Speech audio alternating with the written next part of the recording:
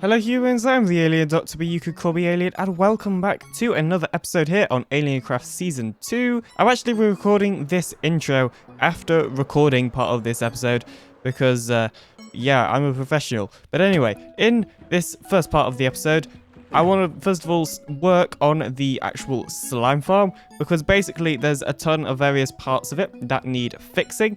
So I mean, this is what it looks like fixed. So as you're about to see, I'm going to move around all of the sea lanterns and replace the snow golems that have died and the magma and a ton of other stuff. So I'm going to let you watch that. And then after we've done that, we're actually going to work on the main base area, because I feel like it's been ages since we actually last did something for the base, even though it isn't really that long ago. But anyway, here are some clips of me working on the slime farm and fixing it and stuff. And then we'll come back and actually work on this place, which is of course our base. So I hope you enjoy that. So actually longer ago than I actually thought now, I made a tutorial on a slime farm. And that was the slime farm that I actually originally designed over a year ago now for the AlienCraft Season 2 world. And I actually did most of that on a YouTube live stream. But yeah, and we built it in this place and we did a ton of various stuff. I mean, there's that time machine with a missing beacon because I wanted the beacon back. So I still hadn't fully finished this design, and building it in AlienCraft allowed me to modify it and make it better for the tutorial. So as you can see, first of all, the jack-o'-lantern placement is really not optimized at all. And then we've also got all these extra torches on the wall, which is pretty unnecessary as well. I mean, look at all this, jeez. And yeah, this goes all the way down. As well as that, some of the snow golems are missing for whatever reason. It sounds like the hopper minecart is working. I'm actually really surprised about that. Honestly, I would have thought that it would have despawned, but apparently it hasn't. Oh yeah, also another thing that I did in the tutorial is I didn't even use 3 layers of magma, which increases the amount of space there is for the slimes to spawn. Or it's not even broken, like you can see here, it's working. There's just a lot of changes we can make to it to make it considerably more optimized, like putting blocks in the corner so that mobs stop spawning here. And of course, actually adding in some more snow golems as well. Okay, so I think first things first, let's just fix the really bad jack-o'-lantern placement. So I have some sea lanterns here that we're going to use instead. So yeah, I'm going to fix this placement because it's bad. And I mean, we've literally had to put torches on the walls because the jack-o'-lanterns were just so badly placed. Yeah, anyway, it's like the positioning and the spacing between it. So it's taken a lot longer than I actually originally expected. However, I believe I've actually done all the maintenance on this slime farm. So of course that's adding in these pillars in the corner, as well as changing the placement of the sea lanterns as well, or before they were actually jack-o'-lanterns. And then if you're flying down here, of course, I also made the magma only 1 block. And okay, nice. I can actually still hear the minecart, because I was worried that when I was standing up here, that the minecart wasn't actually picking up the items. But I think it just had a full inventory because loads of slime was down there when I was working on it, because loads spawned around me. So I'm guessing it just took a while to empty it, because we do have a hopper minecart unloaded there. Hopefully we should see some slime actually come up the water stream, or we should see some slime get collected. Okay, I'm pretty sure I just heard some slime go up the water stream. So hopefully we should now see the slime balls down there actually begin to get collected. And I can actually hear the minecart going, which is quite interesting. Okay, well those slime balls have been down there for quite some time, and I haven't seen them get collected yet, which is slightly concerning. So I'm going to head down there and take a look at what's going on. Interestingly, when I'm down here, I can actually hear... Oh, that was actually a mistake. Okay, there we go. Let's just blot that off. Interestingly, when I'm down here, I can actually hear the minecart going, which gives me confidence. Oh, yep, there it is. And it is very full indeed. Oh, it's not stopping in time. Oh, this isn't a hopper minecart unloader. Oh, okay, I see what the issue is. I thought this was like a proper hopper minecart unloader, but it isn't. Okay, well, that will be our next job then, is to fix that and make it a proper hopper minecart unloader, because it's got way too full. So some quick redstone later, we now have a hopper minecart unloader, which is what this circuit is right here. And then over here, I've then had to rewire the auto dropper as well, just to fit in. And as you can see here, if we were to put some items into this hopper, then they would obviously head over into that auto dropper and get sent up this water stream, which we actually can't see properly.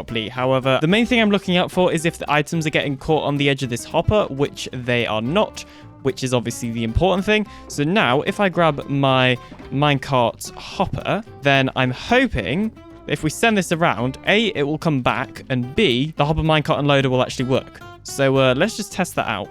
And okay, you can already see it's completed one circuit. So something to point out is it's probably not even massively necessary. Oh, I was about to say it's not massively necessary for a hopper minecart unloader, but there is a lot of slime in there, so I'm going to take that statement back. Admittedly, that is probably because I've been loading it so much, though, whilst I've been working down here.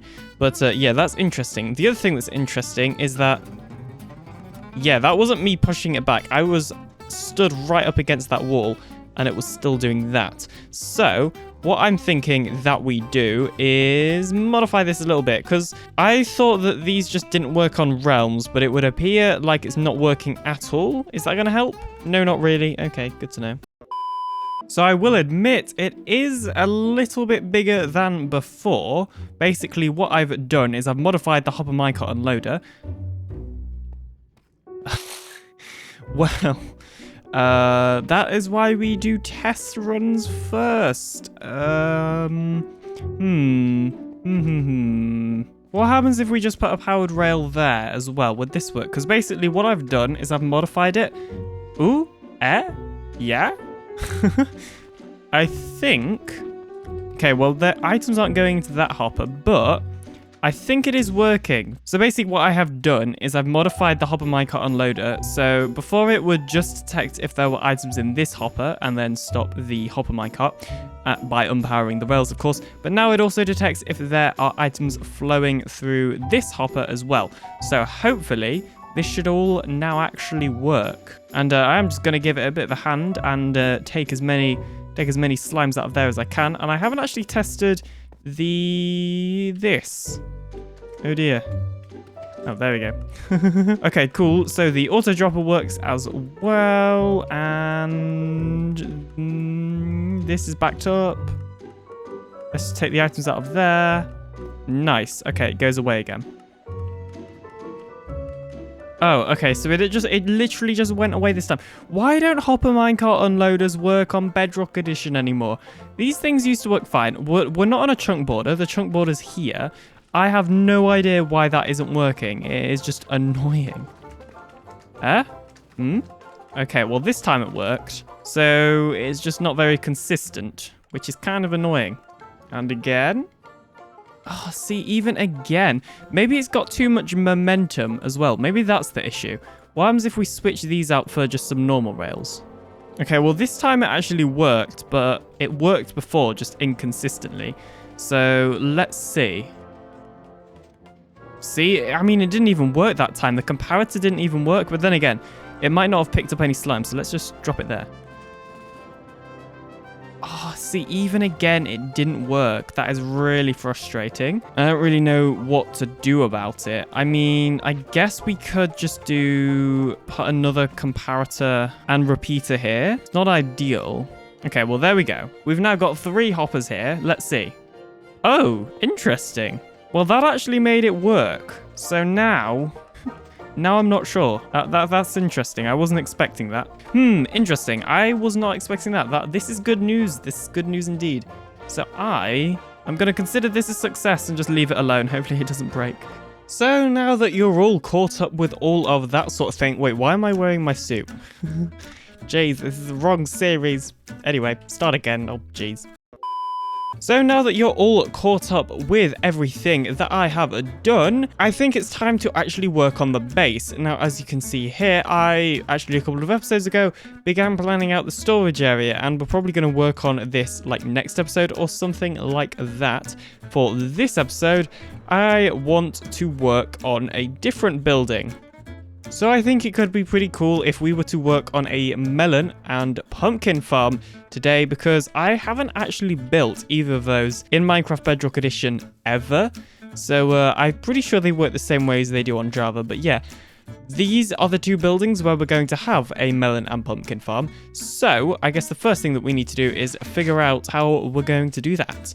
So as you might have guessed it, let's hop in to the creative testing world. So the first thing that we need to do is actually mark out a chunk, because I want to make this farm perfectly chunk aligned, which means it's going to need to be 16 by 16, which means it's going to need to fit within these boundaries. That's also how I've planned it out on the actual survival world, so that we can build a building around it. Now, the design that I have in mind is pretty bog standard and has been used multiple times, and it first of all requires us to have a minecart or a hopper minecart underneath it actually collecting all the drops, so let me build that. Now, in terms of the actual bog standard design I'm talking about, I'm sure you've all seen it here before, but it's basically the cross-like pattern of having the melons and pumpkins here, where the melon or pumpkin gets detected when the seed grows by this observer, which then powers these pistons to then break it.